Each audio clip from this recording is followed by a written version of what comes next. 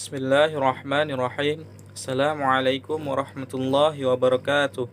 Alhamdulillahirabbil alamin wa bihi nasta'in wa ala umuri dunya waddin. Wassalatu wassalamu ala al-asrafil anbiya'i wal mursalin wa ala alihi wa sahbihi ajma'in.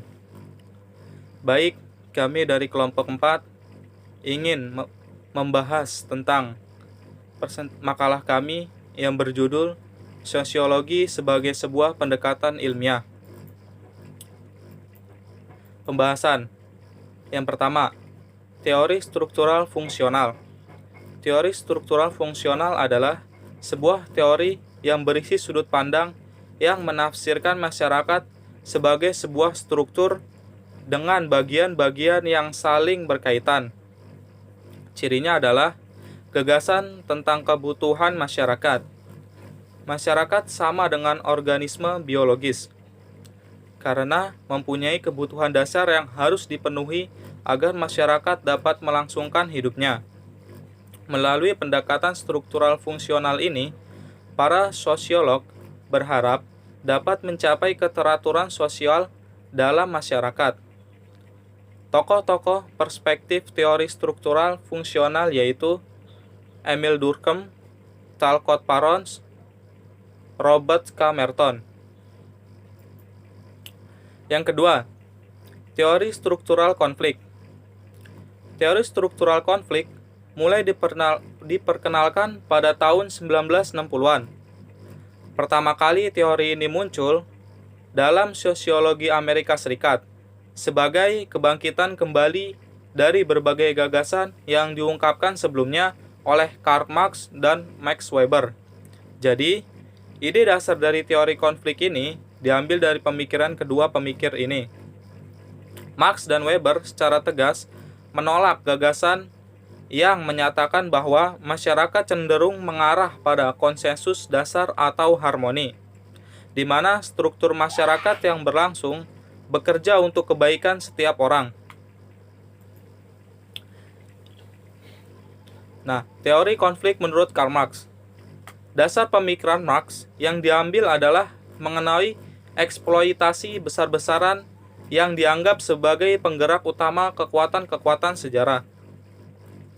Marx memandang adanya perbedaan kelas yang salah satunya disebabkan oleh proyek industrialisasi, dan hal ini hanya mengejar keuntungan secara ekonomi semata, karena industrialisasi memunculkan kelas kaum buruh dan industrialis, yang pada akhirnya mendorong adanya alienasi. Nah, karena alienasi inilah yang menimbulkan konflik.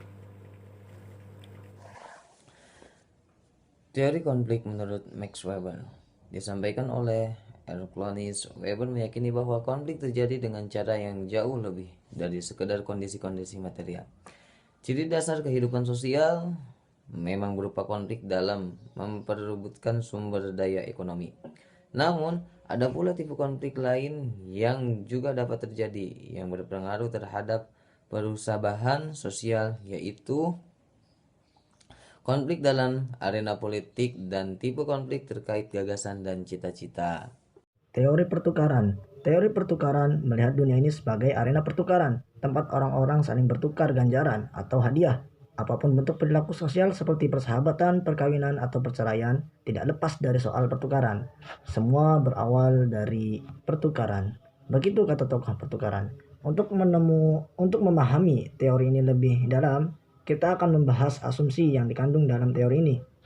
Apabila kita pahami dari berbagai pemikiran teori pertukaran yang dikemukakan oleh George Casper Humans, Peter M. Blau, Richard Emerson, John Thibault, dan Harold H. Kelly, maka dapat ditarik suatu pemahaman bahwa teori pertukaran memiliki asumsi dasar sebagai berikut. A. Manusia adalah makhluk yang rasional. Dia memperhitungkan untung dan rugi.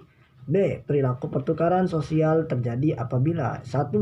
Perilaku tersebut harus berorientasi pada tujuan-tujuan yang hanya dapat dicapai melalui interaksi dengan orang lain.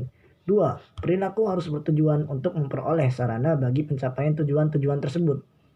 C. Pertukaran terjadi hanya jika pihak yang terlibat memperoleh keuntungan dari pertukaran tersebut.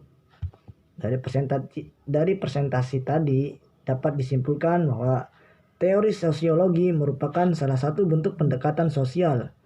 Teori merupakan alat untuk melakukan suatu analisis dalam memahami fenomena atau kenyataan, bukan tujuan dari melakukan suatu analisis.